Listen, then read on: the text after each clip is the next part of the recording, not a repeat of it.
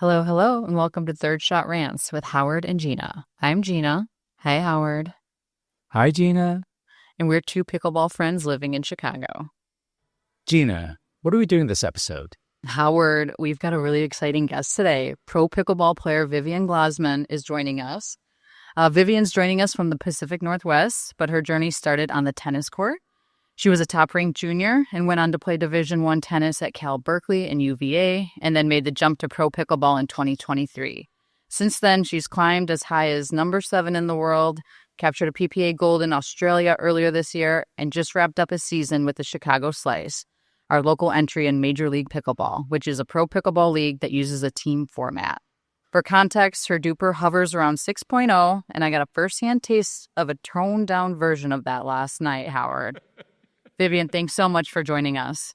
All right. Can you tell us a little bit about your background? Yeah. So I started playing tennis when I was 5. I played a bunch of different sports, soccer, swimming, gymnastics even. But I pretty much stuck with tennis from age 9 and on, which was pretty much inevitable because both my parents play tennis. So yeah, I just stuck with that. Went on to play, like you said, at Cal and UVA. I also played 1 year at the Air Force Academy, which was really cool. Wow. But that was my 5th year. It was more so, like a learning experience for me at the academy, more so than tennis-wise. But I did, just to flex, become the first player to be undefeated during conference there. So that's awesome. That's amazing. Plug, but, did you enjoy tennis as a kid? Yeah, I did. I think I was kind of put into it at a really young age where it wasn't like my choice, really. But I'm really glad that my parents pushed me into it, and it kind of set me apart from the masses and gave me confidence, and obviously helps with my current career. So I'm really happy the way it all worked out. Awesome. What was your original plan after college?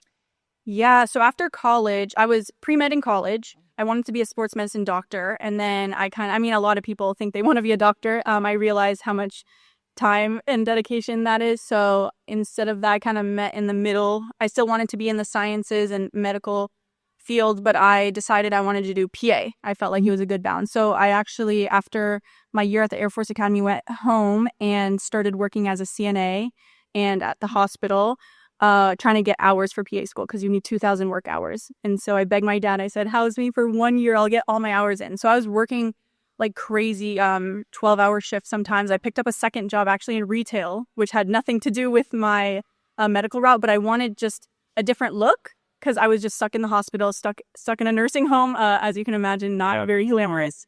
I was scraping by with 25 an hour, but I was working. And then my neighbor actually, I don't know, I like to think of it as the butterfly effect. I was just on a walk with my mom, and I was actually crying on my walk, thinking I could be doing so much more with my life than, cleaning at a hospital, cleaning in a nursing home. And my mom is Asian, and she said, the Asian mindset, so it was just put your head down and work. So I was like, you're right. But I was crying. And then it just so happened I ran into my neighbor on a walk, and she's like, you need to try pickleball. It's so fun. And I'm like, I really don't have time for that. I really appreciate it, but I need to get these hours in because my dad is going to kill me.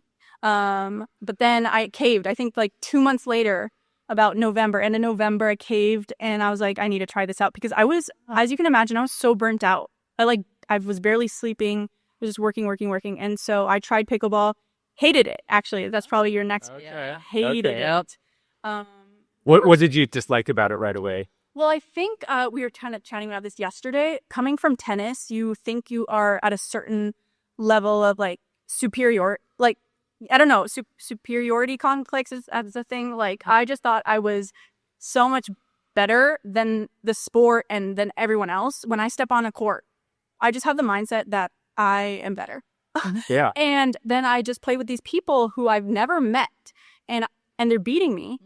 And I think that's a lot of people's origin story. I think that drives them to become, they're like, what is this sport that I'm losing to an 80-year-old at, right? Yeah. For me, that didn't drive me. That actually really messed with my head. I said, I suck and this isn't for me. And that's with me, with a lot of sports. If I'm not immediately amazing at it, first time stepping on the court, first time stepping on the field, I quit. I say, this is not for me. I somehow in my mind expect to be the best in the world. But my neighbor, I give all the credit to, because she just kept pushing me to go out. She provided me my paddles, like friends to play with. She even sent me to California to train with the Dawsons at Bobby Riggs. And that was kind of my first taste of like playing with pros and like training the way pros train. And I was shocked too, just learning that pros drill 80 to 90% of the time and play games 10% of the time. I think that's hard for amateurs to understand. They just want to play all the time. So when I kind of got more into it and, you know, let my ego aside and just buckled down and started drilling, I think it became a lot more enjoyable. And I was like, wait, every day I'm learning something, which is such a cool feeling as an adult. I mean, when you're a kid, you're always learning, right? New stimuli coming in, you're always learning. And then you feel like you plateau a little bit. And with pickleball, it kind of gave me a second life to learn as an adult. And I think that's so cool. I think that's so cool for everyone playing the sport. I think they can agree. So I love that. So it is like putting together this puzzle of like, okay, how did that ball just get by me? What are the adjustments I need to make? And like really breaking it down. Like it is just so fun in that aspect. Yeah. But you probably were pretty good pretty early on, I'm guessing. Well, that first week, like I said, I was pretty... Okay, setting the first week aside. Yeah. First week, I think there were different time frames where I felt big jumps, which is interesting. It wasn't like gradual. Like after that first week of adjusting, I felt a jump. And I was like, wait, I just learned this new shot or whatever. And then I think 2 months, I recognized another jump. So I feel like progress is definitely not linear. So to anyone listening, just keep pushing. Like if you feel like you've plateaued, there's always, I feel like it's almost like a growth spurt. You get like little growth spurts throughout your journey. And so like at 1 week, at 2 months, and then 6 months in, I went pro. So tasting that pro level, I mean, like, again, I thought I was so good beating up on everyone locally. And then you go pro and it's another huge jump, right? So there's always more to improve, more to learn. And just like surrounding yourself with people who are challenging you and helping you is key to getting better. But going pro in 6 months is pretty amazing for those of us who are just trying to eke out very marginal gains in our game. That's fantastic. Listen, you guys, it only took me 2.5 years to get put to a 4.5. So anything could happen. It's not linear, right? We're all on our own journeys. Yes. Well, that's another thing, though. Comparing yourself to others. I mean, you've heard the quote, comparison is a thief of joy. That's one of my favorite quotes, because sometimes you look at others and you're like, but they have this shot, or they have even height. People oftentimes look at me and they're like, if I had your height, I'd be number one in the world.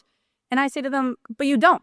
So what's the point of comparing yourself to me? Or like, if I look at others, I'm like, I wish I had that. I just did a 3 in me. And one of the kids said, I just wish I had a tennis background. I feel like I'd be loads ahead. And it's like, you can wish all you want, but the reality is you don't, right? You don't have that. And so all you can do is look forward and be on your own journey.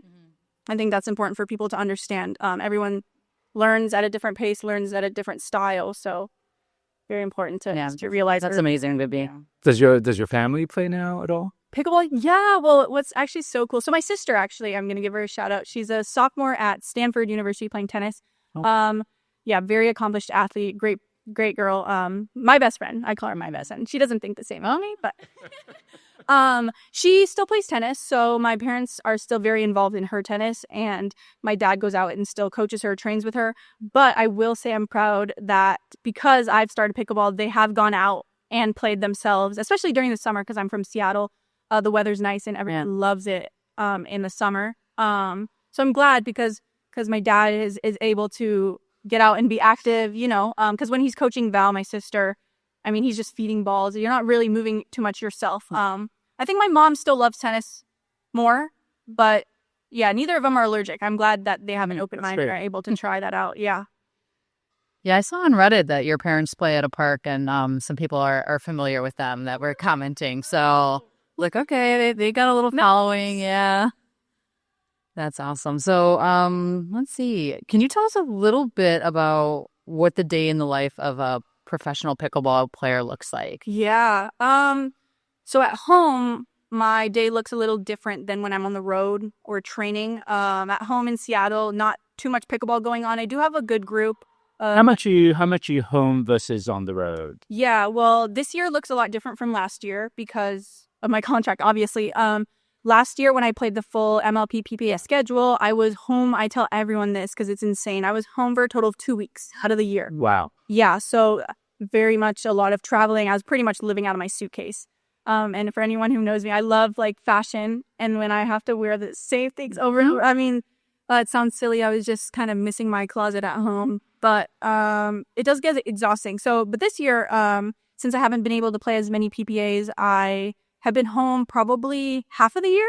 I still try to travel a lot. I still have like events. I mean, from April through the end of August, I was doing all MLP. So I was on the road there. I also, like you mentioned earlier, was fortunate enough to go to the Australia PPA, which was my first, I mean, the PPA's first stop internationally, and then my first time in Australia, which has always been a dream of mine. So that was so amazing to go. And me and my friend Lacey got to go a week early and just explore Sydney before going to Melbourne for the tournament. So that was my favorite trip so far. That's amazing. But yeah, that's kind of my schedule in terms of the year. But when you're on the road, do you have regular people that you drill with? Is it like some set groups?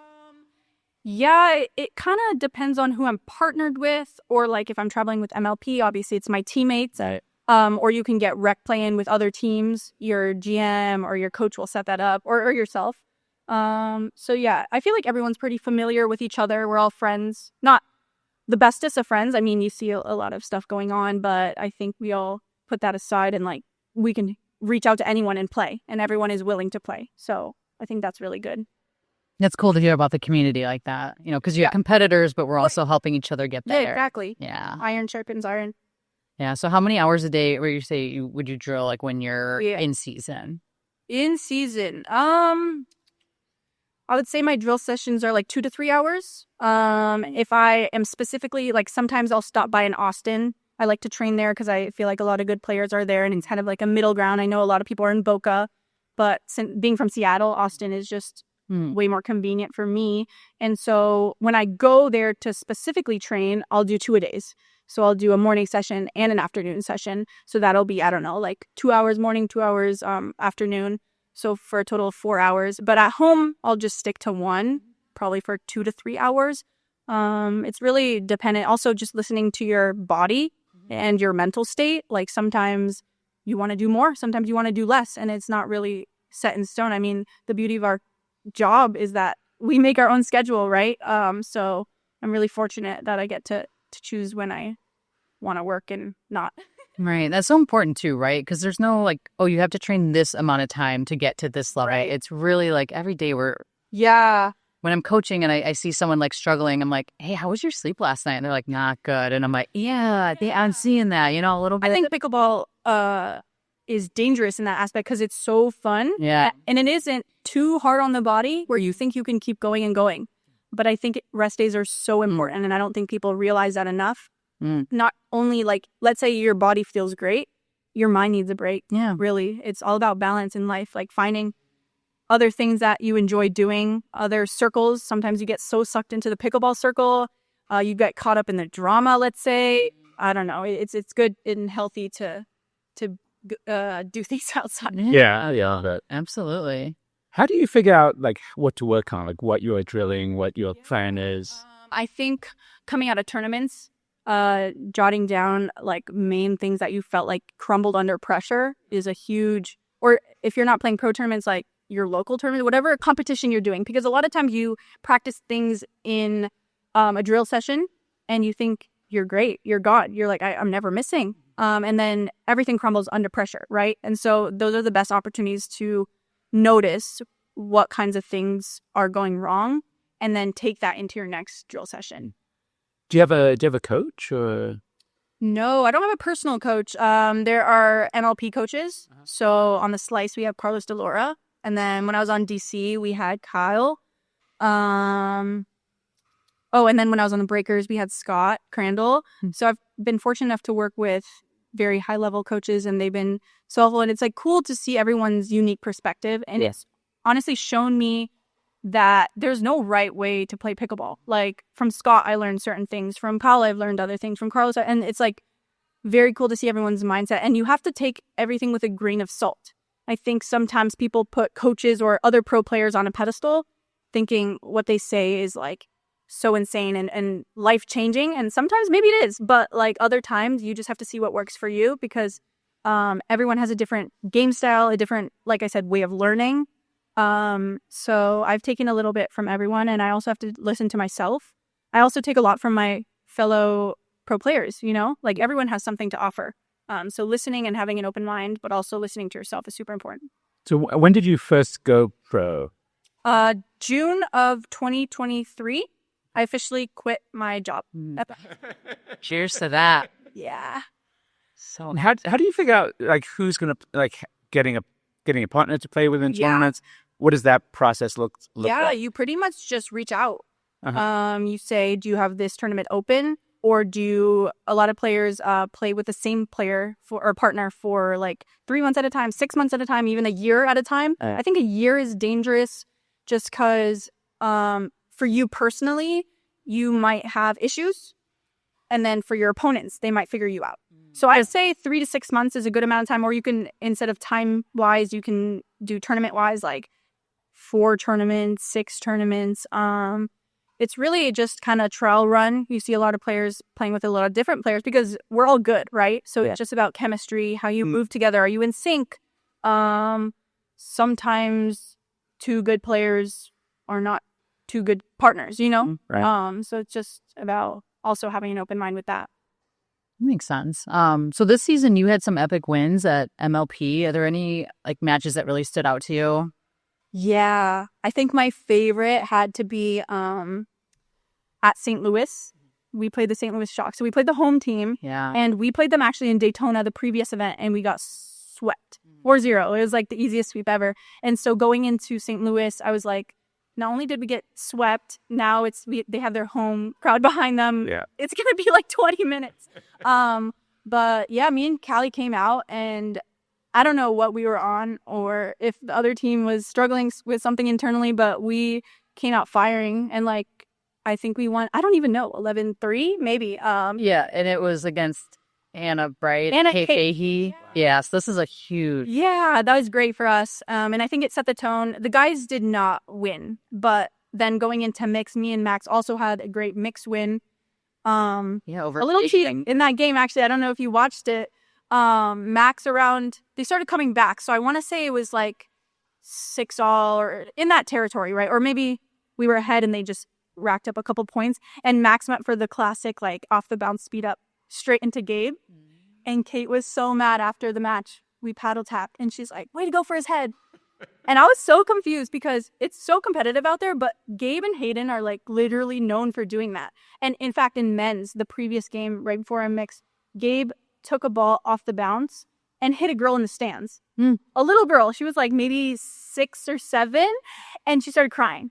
So I'm like, for Kate to come after us after Gabe just took out a little girl in the stands, the hypocrisy. Yeah. I love Kate. She just is so competitive and I respect it.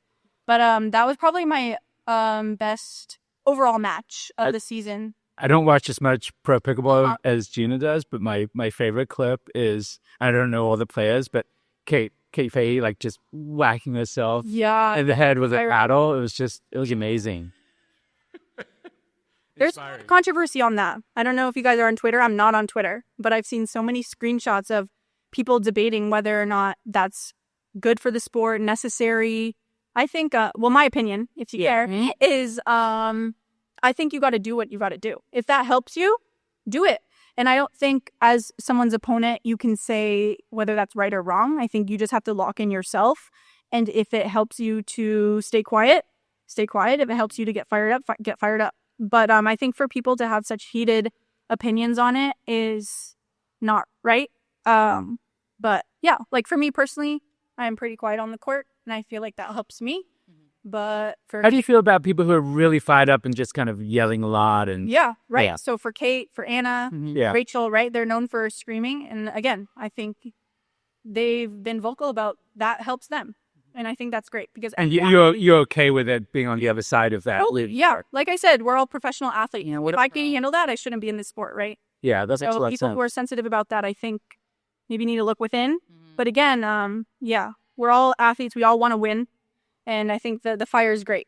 Yeah. I like getting the pro perspective on that because what do you guys think? on TV, I'm kind of like, the screaming like facing someone after an unfortunate error gets me a little bit where I'm like, I don't know, like, is that that exciting? In tennis, it's actually not allowed. Yeah, we don't do it, and like, so maybe it's part of that tennis background that like we weren't allowed to do it. Now we're really excited, and like we get to scream at our opponents when they miss a. And tennis is like a code violation or something to do? Yeah, it's actually against the rules to scream in your opponent's face. Okay. So you will get a warning or a technical. Oh, that's really good. Yeah. So there is like a little bit of a referendum happening. Yeah. But you can scream. I don't think there's like a level of noise, but you can scream as loud as you want toward the back. Yeah. Okay. But if it's targeted, it's not allowed. Okay. I think it's so funny. I have a story to share, actually. Yeah. Oh, yeah. I played Matt Wright for the first time ever. And I don't know if you guys are familiar with Matt Wright, but he's known for his antics, his screaming in your face, right?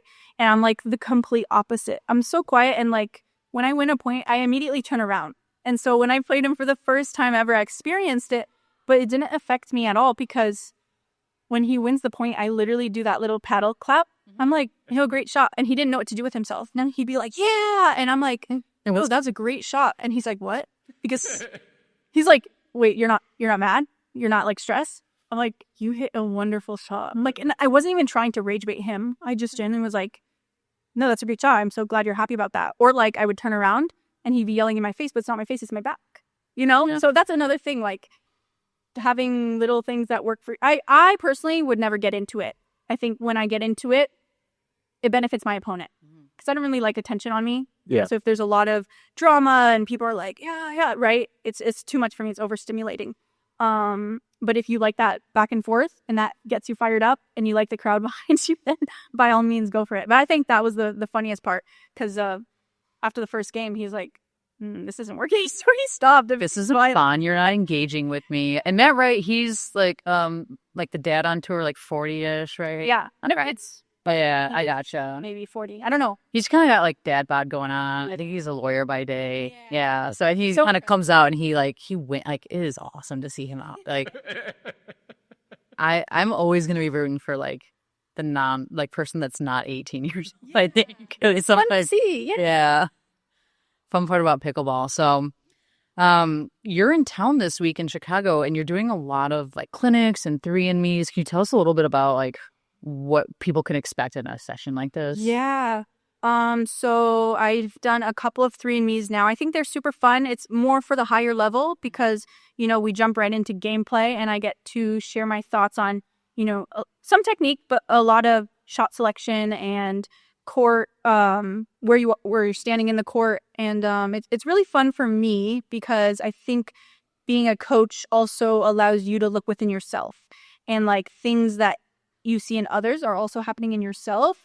And sometimes I'm a hypocrite. I'm like, you didn't get your left foot out, but I don't get my left foot out all the time, So things like that, just being aware of like very basic things. And I think what a lot of amateurs come to realize is the game is actually very simple. Like, especially at this level, oftentimes it just comes down to good footwork or, keeping your body still. A lot of people rush the ball. I mean, I always use Ben Johns as an example. He makes the game seem so slow, right? Yeah. And at first, like when I first started, everything was rushed. I was like driving everything as hard as I can, speeding up everything as hard as I can. Like I would miss drops because my body's moving. And then I realized I was like, the ball is actually coming so slow. Like I do not need to make things more complicated than they are. So I tell that a lot to the people I'm teaching. It really, really comes down to the basics, just slowing down the game, slowing down your body, slowing down your mind. And I think that helps a lot. But with the clinics, bigger groups, obviously less eyes on one person and less strategy, more so learning the basics. I like to run them through the basic warm-up that we do. I think just drilling every shot, being comfortable with every shot and every spot on the court is super, super important at this level because I think a lot of people go into it and they're like, ooh, trick shots, or like, ooh, this speed up, ooh, this part of the body. And I'm like, but you don't even have the basic dink down, And it's boring. I know it's boring, but if you really want to jump to the next level, you do have to lock in and do the quote unquote boring stuff, just drilling the same thing over and over again. I'm going to have just so many sound clips for my classes. I'm constantly preaching, like, you guys, less is more. Yep. Always less is more. But Vivian, last night we got to play together, and it was super fun experience. So I learned some things about my game. I highly recommend this, especially if you're like in that 4-0 plus, because we kind of think, oh, we're pretty good now, right? Because if we go to a local park, we're probably beating our opponents that are there. But we're not that good. So there's always so much to work on. And so when Vivian caught me, like, I was trying to like attack from mid-court. I got like a slightly higher ball and I really took the bait. And so instead of being patient and just keeping it neutral, I went after it. But then I made a second mistake where I attacked cross court. I'm on the right side to Vivian's backhand, which she was so ready for. Like it was poetic. So the video, I've posted it online. You can watch me eat my words immediately. So those are like things that I'll really be thinking about is like, and you mentioned like my body positioning. So I'm using an open stance. And so I'm kind of naturally going cross court with that. And so I'm going to be thinking about that like the next couple weeks. Yeah. So it's super helpful. Good. We've got 52 minutes of video that I'm like kind of studying because I'm like, God dang it. I did that like 6 times. I do want to clarify from mid-court, if it's high, it's okay to attack. I mean, if you watch me, I'm always attacking. But placement is huge just because the ball is traveling at a longer distance. Yeah. So when it comes back fast at you, you're in mid-court still, you know? So it's good to attack it at a spot where you can still get up to the kitchen or completely end the point. But to go cross again, it just sets up your partner bad. Yeah, I think mine was just not high enough. Like I was kind of a little bit baited. I took it and it did not pay off. And so, you really have to be patient, wait for that right ball to attack it. Yeah, so I like to tell people about the zones, the green, yellow, and red zones. I learned that early on too. So a lot of amateurs like to attack. They see a kind of floating ball, but they don't exactly process the drop of the ball. So if they're standing mid-court and it looks like it's high over the net, but dropping at their feet, you either have to sprint up to get it above the net or just let it bounce. Because if you're trying to attack it at your feet, you have to go up. And if you go up, the next ball is coming down. And usually amateurs are not good about the attack and then the getting the paddle low to fend off the next one. So I just generally say it's okay to take a step back and let the ball bounce. Tell us what you think about the zones and kind of what you're looking for in terms of an attackable ball. So I think going from, I don't know the levels too well, like a 4-0 to a 5-0, I think huge is shot selection. And just the more you play, the more you can recognize the trajectory of the balls and what you should and shouldn't step in on and step back on. Because with the few 3-and-me's that I've done just this trip, I've noticed like there are certain balls you should attack and they do attack them. They just are not in the right position. So, for example, the ball could be going up, but because you hesitated for a half second, now the ball's down, right? And so I tell them, I said, that's a great ball to attack. You just waited because you hesitated. So, like I said, just reps. Staying up at the kitchen line allows you to attack more high balls. But when you stay up at the kitchen line, you still want to move your feet because a lot of people are reaching, thinking they can still attack those ones way ahead of them. But those are okay to let bounce if you are not able to attack. So I think the hardest part of last night of just being on court with Vivian was like how hard and fast the drops were dropping at my feet. Like I felt very attacked in a good way. I am not like that is not happening at the 4-0 to 4-5 level. The drops are floaty, right? Right, exactly. These are so like they come with such pace, and I'm like, oh, this is like at my feet every single time. And how is she doing that? I'm like I'm gonna go back to watch the video, but it's fun to be on court together. So definitely recommend that. That's a huge thing. Thirds are, huge. Yeah. Talked about that a little bit, but what I've noticed too, going. At the highest level, the thirds are so insane. You would think like you're at an advantage, right? Racing into the net. But like some people with their thirds just get you feeling so stressed all the time. So that's a great thing to work on, dipping your thirds. Ooh. If you can put on a clinic for that on your next trip, I will sign up. I am serious. I want that. I don't have that shot, so I want it. So we mentioned in your intro that you were playing in PPA earlier this year, but now you're not. Can you tell us a little bit like what happened there with like PPA, MLP? Like what happened? Yeah, I think a lot of people are wondering that, so that's a great question. So back in 2023, when we all signed contracts, we signed to the MLP or the PPA. And then shortly after, they merged into what is now known as the UPA. And then I think early 2024, they wanted everyone off of their original contracts and onto this merged UPA contract. But at the time, I wasn't represented by anyone. I didn't have a manager or an agent or a lawyer even. So I did not really feel comfortable signing the new terms. But I also wasn't... Who were you with initially? You had signed a contract before? MLP. Okay. Yeah. So I'm still currently on my MLP contract, which just allows me to play MLPs. So that's been great. But like I said, I wasn't managed. So I kind of just wrote it out, which was fine. Like I said, in 2024, I was still able to play PBAs just because they're a merged entity. So I played a full schedule and it's fun. I honestly maybe signed up for too many. But then going into this year, they made additional rules. If you're top 50 and don't have a UPA contract, then you can no longer play PBAs. And obviously, like Gina said in my intro, I rose to as high as 7. So I was clearly very much in the top 50. So that applied to me. So after PPA Mesa, that was the last one I was able to play. I was pretty much done with that schedule. So before you didn't have a PPA contract, but before the change, you were still allowed to play CPA events. Yes.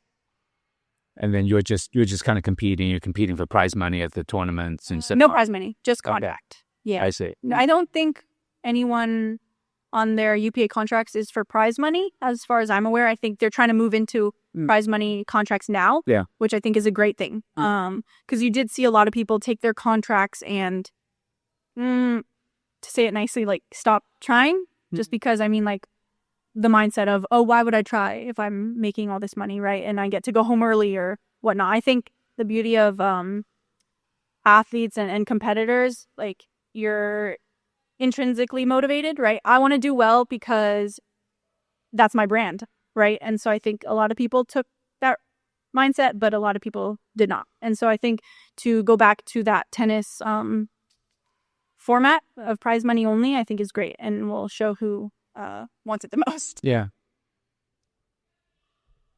And then what happened with this shift in their policy about being able to play events? Yeah, they made that outside rule where if you're top 50, you can't play PPAs.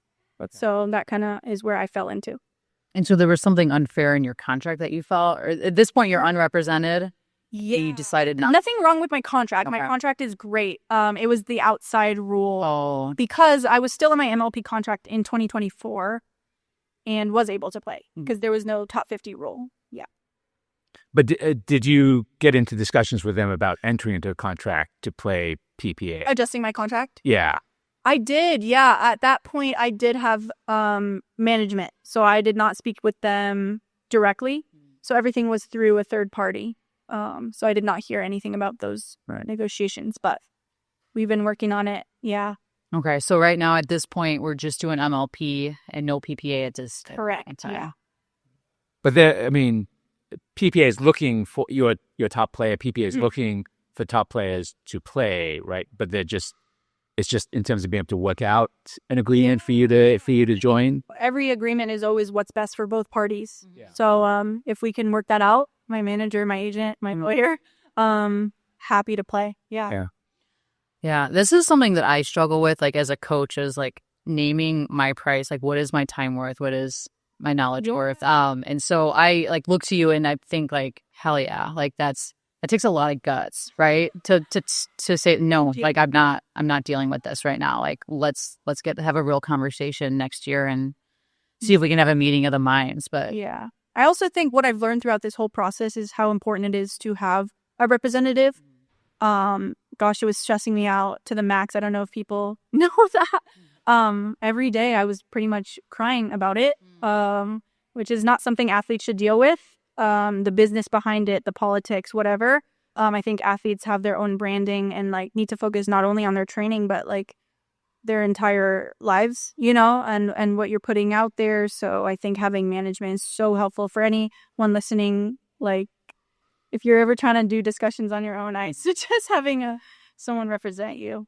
It's tough if you're just coming into this and you're not experiencing this, and it's not. Yeah, also you. like I said, I went pro in June of 23.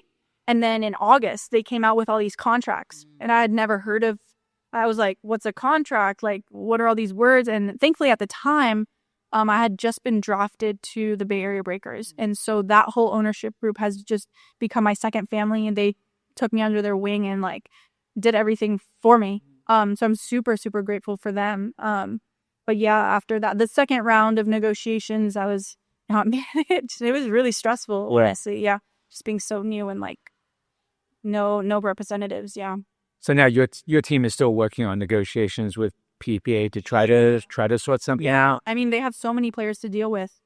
And like, even though I think I'm the center of my universe, I'm not the center of their universe, you know? So I respect it, like whatever timeline they're on. Yeah. Gotcha. Yeah. Are there a number of PPA players who are also not signed and still kind of in the same situation as you? I believe I'm the only player on an MLP contract, but I think moving into the prize money grids, there are plenty of people who did not take the new ones, as far as I'm aware. So we got an interesting year of PPA coming up and with the changes that are happening. Yeah. It's always changing. I mean, I think a lot of people know every week is something new, something different. It's hard to keep up. I feel like when you're in it, like it's your life, but anyone trying to keep up from the outside, every time they ask me, oh, I thought this, I thought that, I'm like, don't even worry about it because it changes so rapidly all the time. Yeah. I try to keep up just watching, and it's a full-time job. I take it very seriously. You miss a week and you're like, what happened? Like 20 new things happened. The amount of texts I got this weekend about the Kawamotos winning was amazing. So huge shout out to them. That was awesome. Amazing. Huge fans. They're just great people. Yeah. Yeah. Love them. All right. This has been awesome. I have a couple of fluff questions for you. Is there any food or restaurants that you've been wanting to try? Because I saw on Instagram that you have a foodie. Like I did. Yeah. Well, I do want to clarify to the listeners. Everyone loves my food account, so if you want to follow, yes. But no self-promo. I am not a foodie. I think a lot of people think that because I have a food page, which is very contradictory. But I just love trying new foods. I love like going to places that people love. And the reason I started this food account is just because I feel like so many social events and like a lot of your life revolves around food. And I was like, I want to document this because a lot of the times you spend time with people around food. And you travel so much, so you have the opportunity to go to so many different places.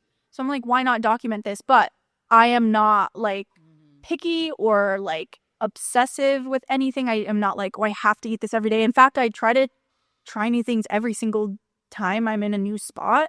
So there is no place that I'm like eyeing. I'm like kind of on my TikTok grind right now. So I do get videos pop up on my feed that are like, you must try this. So sometimes I'll like save the video or screenshot it. And then like if anyone asks, I'll be like, maybe we can try this. But usually I'm pretty hands off. I like to let my friends decide. And they always deliver. Oh, so you're the people's foodie. You are here for all the experiences, whatever comes our way. So last night we went to Nuno Kebab for some Persian. What'd you say? Yeah, it was so good. I love that spot. Vivian, is there anything else you'd like to tell us about? I guess we'll leave off with something I'm really passionate about is mental health, especially when it comes to being a professional athlete or just like an athlete in general. I think a lot of, if you played a sport in college, or just a sport your entire life growing up, I think it's really easy to tie your identity into that sport, right? So we touched a little bit about this on this earlier, but just having balance in your life and doing things outside of the sport that you enjoy and that make you happy, and like having a social life outside of a sport is so important. And I don't think a lot of people watching us as athletes understand how important that is. They just see us for like our results. Maybe it's like, oh, she lost, oh, she's on the down, oh, whatever. And it's a lot of like tying our worth to that. And I think the sooner you can realize that your worth is not tied to the sport or your results, the more happy you'll be. And I think just with the season being so long with MLP and PPA and like the back and forth, mental health is really looked passed. Yeah. So for anyone listening, struggling with that, taking a break is okay. Doing other things is okay, like kind of filling your basket or putting your eggs in different baskets is really, really important. And I think I learned that quickly, because jumping into this sport right away, like I said, I kind of jumped into it very quickly and things just like took off. And I was burnt out by the end of my second season, really, until I was able to take a step back and be like, who am I without, first tennis, and then who am I without pickleball? And that's why I started vlogging. That's why I'm like really into my food account. I recently got back on TikTok. I am proud to say I'm not a doom scroller. I like to post content more than consume it. But do things that, are fun for you and that you want to, like inspire others with. I think that kind of helps you as a person learn and grow. So that's my little. Yeah, that's an amazing perspective, because I think people would look at you and think, oh, she's got an easy life, right? She's young. She's an amazing, dominant pro pickle player. Like, what could be better? But you've got concerns like everyone else. Yeah, totally. And you are who you are as a whole, right? You're not entirely your sport. Yeah, I love that message. I think we all kind of run into those rec players that are too tied to it. Maybe we have too much FOMO if we're not playing like 6 hours on a Saturday. Go do something else. Go outside. Go do something that's not pickleball is the message. Touch grass, you guys. Maybe I'm going to go for a bike ride. I did play 5 hours yesterday, Gina. Howard, I know. Good? Yeah. Thanks so much. Awesome. Thank you so much for having me. That was so fun. Yeah. Appreciate it. Gina, we're recording now a couple of days after we did our interview with Vivian. That was an amazing interview. Yeah, I'm like reeling a little bit from the whole experience of getting to play with her and getting to talk to her for an hour and get to know her as a person. I thought she was, really impressive. Yeah, she was super fun too, I thought. Yeah, I thought she gave a lot of good advice. So I'm hoping that we take a little something away from, like what she had to share with us. And one thing that stood out to me was finding balance. Maybe if we're playing 5 hours a day, we need to do yoga or go for a walk or spend time with our family. I don't know. We'll just try to continue to find that balance that works for us. Gina, I spend time with my family. I go for walks sometimes. I'm not doing yoga. How do you know I'm talking to you? Too funny. But she also mentions that comparison is the thief of joy. And she mentions an example of, people wishing that they had played tennis. Oh, I wish I was this. I wish I was that. And it's a really good reminder that let's be where we are. What I hear a lot is that we wish that we had pickleball sooner. I'm in that same boat. I wish I had pickleball sooner. We didn't, though. It was around, but we weren't playing it. And I kind of think that there's a little something deeper there, too, is that when I wish I had pickleball sooner, I wish I had the life that I had sooner, like right now. I wish I had more happiness, the relationships that I have. So, it's kind of hard to think about that. But, just keeping it all in perspective, and let's just be where we are today. I think that's right. I think we both have pretty good lives now, in part because of pickleball, and we can just be happy about that without worrying too much about regrets of the past, I think. Yeah. Yeah. That's very deep, Gina. No, I try. I also wanted to mention that we were recording with Vivian while we were at SPF, which is a pickleball club in Chicago. And we wanted to thank SPF for making this space available. And we also wanted to let our listeners know that we were at SPF to interview Rich Green, who's the founder of SPF. And we expect to publish that episode with our interview with Rich around October 6th. Rich is going to tell us about his pickleball origin story and that of SPF's. And he's also going to have some exciting announcements about current developments at SPF. So that's big news that you'll hear on the show. Definitely keep an eye out for that episode, which we expect to drop around October 6th. I'm pretty giddy about the news, Howard. How about you? Yeah. It's exciting. It's very exciting. Yeah. So very cool. Thanks for having us, SPF. They were really great hosts. Absolutely. Gina, we also have a new feature at the end of this episode. What's that going to be? We're going to call it the after show. The after show is maybe a couple of minutes of completely off-topic conversation. And today we're asking you to tune in to find out if Vivian Glozman is Team Conrad or Team Jeremiah for everyone who watched The Summer I Turned Pretty, which is not Howard Chang. Okay. Yeah, I have no idea what any of that means, Gina, but I'm assuming for someone who knows what that means, they're really going to turn to the after show and be very excited. It's juicy. Also, if listeners have any ideas for things they want us to talk about in the after show, any non-pickleball related stuff, we're happy to take that and just kind of spew random nonsense into the air. That's what we do, I'm told. Okay, Gina, Coach's Corner. What do you have for us this episode? Yeah, I wanted to talk about my 3andMe format that we've been doing at Pickledilly.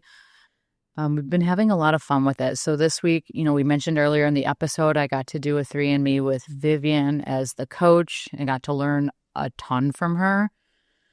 Very, very valuable lessons that I learned, especially about like how and where I'm attacking and when. So little things that like someone that's better than us can pick up really quickly. And so what I've been doing in my sessions at Pickledilly, which I do for beginners, advanced beginners, and intermediate players, is we've been doing drilling a skill for about 20 minutes or so. And so, for instance, this week we did drop shots. And then we spend the rest of the time, about 40 minutes of playing games, full games where I'm on the court. We're having good points and we're talking about things after as they develop. And so we're also really focusing on whatever skill we drilled that day in our game. So we get that immediate application. We've been getting really good feedback and people have been really enjoying it. So I think that was kind of part of my learning process, was drilling something and then applying it right away in an open play, or just kind of like figuring out how I can incorporate this shot or this grip or this pace or anything into gameplay. So yeah, I've got those at various nights, and so would love to see you guys there if you want to. Yeah, that sounds great. So just sort of basics, Gina. 3andMe is three players, 3 students with a coach in a session. So you guys are the foursome. I am, yes, exactly. So it's a really small class format, which is super beneficial. You're getting a lot of one-on-one time with the coach. They're going to see a lot of like little tiny things that we're maybe tweaking and fixing on the spot, and that you can go take with you to league later that week or to open play and really apply. And yeah, so it's a great format, because when you're in a big class with like 8 people, it's really hard to get the coach's attention or to like fully have like that one-on-one time. So yeah, it's a great class to attend, and I definitely recommend doing one with pros too, like when they're in town, when we have the professionals coming around. Yeah, that's great. That sounds really interesting. And we've mentioned this on past shows. It's going to be on the show notes. If you want to talk to Gina about some coaching, you can email her at gtpicklecoach@gmail.com. That's gtpicklecoach@gmail.com. Thanks, Howard. Now tell me, did you get anything in the mail this week? Something special? I sent you a picture. So I'm a Carbon ambassador. I got the new TruFoam Waves paddle, which is getting released September 24th. So it's we're recording on September 19th right now, and I've had the paddle maybe about 3 days now. I like it a lot. It's definitely more powerful and a little more poppy than the TruFoam Genesis, which I've had since the beginning of the year. I'm still getting used to it, but I think it's a great paddle, both in terms of just getting you a little more power over the TruFoam Genesis, but with the same kind of touch and feel that the TruFoam Genesis had. I am getting used to it. One thing that's interesting for me is I got it in the TruFoam 4 model that is a hybrid that's closer to the traditional square paddle. And I've come back and forth between having square paddle, which is the Model 2 in the carbons, and an elongated paddle, which is the Model 1 in the carbons. And I've been pretty used to going back and forth between the two dimensions without really having to think about it too much. The thing that was slightly odd for me when I got the 4 model is in my head it looks more elongated than anything else. So I feel like I should try to play it like I do with the Model 1, but it's really closer it's much closer in dimension to the square paddle, and I'd be hitting everything kind of toward the tip of the paddle. But I'm getting used to it, and I do like it a lot. Awesome, Howard. I'm gonna have to try that one out. Maybe, as I said on a past show, if you're a listener of the pod and you can answer some basic questions and you see me on the court, you can definitely try it out. That applies to you too, Gina. You got to answer questions. Oh, Howard, I keep hearing that everyone's seeing you at Horner Park. Yeah. You're a little bit of a celebrity. Anyway, that's if you are interested in getting that paddle, it's released on September 24th at noon Central Time.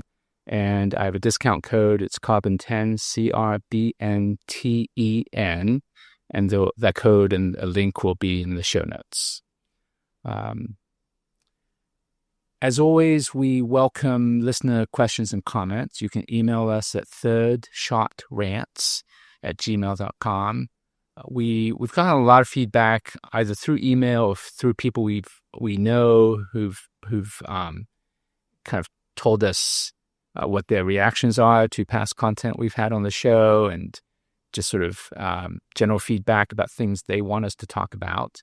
I think maybe we're a little busy maybe with the next couple of episodes, Gina, but we'll do a feedback episode as soon as we can. Yeah, that'll be fun. Yeah, we really appreciate everyone sending us both kind words, but also specific feedback about what we've talked about on the show. As always, please follow us. If you want to listen to our episodes, then please follow us on whatever podcast app you listen on. Give us a good rating if you can. Gina, we got a comment on Apple Podcasts. I don't even I know remember what it is. It says, okay, what does it say? 2 entitled brats talking about other brats. So I think I'm gonna get that put on a t-shirt. It makes this feel real. Like this is a real project now that someone is mad at us. Yes, I like it. Yeah. We're definitely getting t-shirts. What are the odds that that's a 5-0 in quotes player from Grant Park? I don't know. All right, now I'm stirring the pot. I'll stop. Okay. Maybe it's Genesis 5-0. Oh. We'll see. When's the merch coming out, Gina? Okay, I'm working on it. Okay. All right. As always, we're open for offers for advertising and any stuff that pickle companies want us to review. So, what's our sign off, Gina? It's happy pickling, Howard. Happy pickling. Hope you have great games this week. We'll see you real soon. Bye. Bye. Listeners, I'm sorry. We know we should have some music intro for this, but what follows is the after show. All right, and then finally, are you Team Conrad or Team Jeremiah? We need to know. Oh my gosh. I don't even know what Howard that needs means, to Gina. I don't even know what We're that asking means. Do you watch, next. Gina? I do. Unfortunately, I'm so sorry. I should. I know. I tell that to people too. So my sister, who is 7 years younger than me, makes fun of me. So I'm 25 and I watch this show, and she's 18 and she makes fun of me. She's like, that is so stupid. But it is so addicting. And I think everyone can agree it's not a good show. It's not a show, but it's so entertaining. But to answer your question, tonight. it is. The finale's on tonight. I'm so excited. I'm hoping, because I do clinics until like 8:30 or 9 p.m. I'm hoping I'll still have like brain cells left to fully enjoy this finale. But my thoughts right now, I actually have a hot take. I used to be heavy Team Conrad. I think pretty much 95% of the population is Team Conrad. But I'm starting to get really annoyed because I do not like the indecision. I think, so for any of the listeners who watch, they'll know what I'm talking about. If you don't know what I'm talking about, this is going to be way too niche. But I think it's just dragged on for so long. At this point, I mean, they've known each other since they were literal babies. So what, they're like 22, 23, 20, I don't know how, like 20 years of knowing each other. And this back and forth. 20 years of back and forth. I mean, like, what is this situation to figure it out? No, really. And so my opinion is I'm actually team nobody. Yeah. Team nobody because, like, I mean, Jeremiah has clear flaws, right? But Conrad, everyone's team Conrad. And if I had a gun to my head, team Conrad. But I'm like, this back and forth in someone's life, out someone's life, in someone's life, and then the mess between the brothers. Come on now. I mean, like, I don't think I can swear on this, but like, let's take our business elsewhere, right? Like, let's date outside of the family. Right. So an intense love triangle between two brothers and pretty much like another family member who's a family friend, very close family friend. Yeah, I think. And where are you, Gina? So I kind of was team Jeremiah. I kind of like that golden retriever energy until the mirror glaze. I said, no, do not. Rascal. Yeah. He was nasty about this wedding cake. I just said, you know what? I don't think he's my guy anymore. So I'm also team no one because Conrad is not, I don't think he's doing the inner work that needs to be done. Like he's going into the same thing over and over and over. Yeah. Conrad, what are you doing? Do you want belly or not? I also saw a comment. I think Gina, do you want to start a different we could do a different podcast about this? We need a whole episode on the summer I turned pretty. I'm so glad this question worked out. I was like, maybe she doesn't watch. Maybe she's really busy. No, I'm definitely not busy enough for the summer I turned pretty. But I saw a comment that I can't get out of my head. Someone said, this level of obsession 6 years down the road is actually psychopathic behavior. And that changed my brain chemistry. I was like, honestly, that's actually valid. Yeah. When he was like sending her letters and she wasn't responding, sending her gifts, still holding on to that teddy bear, I was like, okay, this is actually now psychopathic behavior. That letter that she got in Paris, that like I thought it was from Jeremiah, right? Like, was I tricked into that and then it's from Conrad? Did that happen? No, I think they showed Conrad writing it. Okay. I, for some reason, maybe I was like on Instagram at the time and like not fully paying attention, but I thought I like fell into a trap and he is toxic. Okay, Gina, Vivian, I'm going to set up a separate. Yeah, let's create a separate. Add this to the That's a whole series. You guys can talk about this at how long you want. My 37-year-old take What show? on a teenage. What show are we talking? The Summer I Turned Pretty. Okay.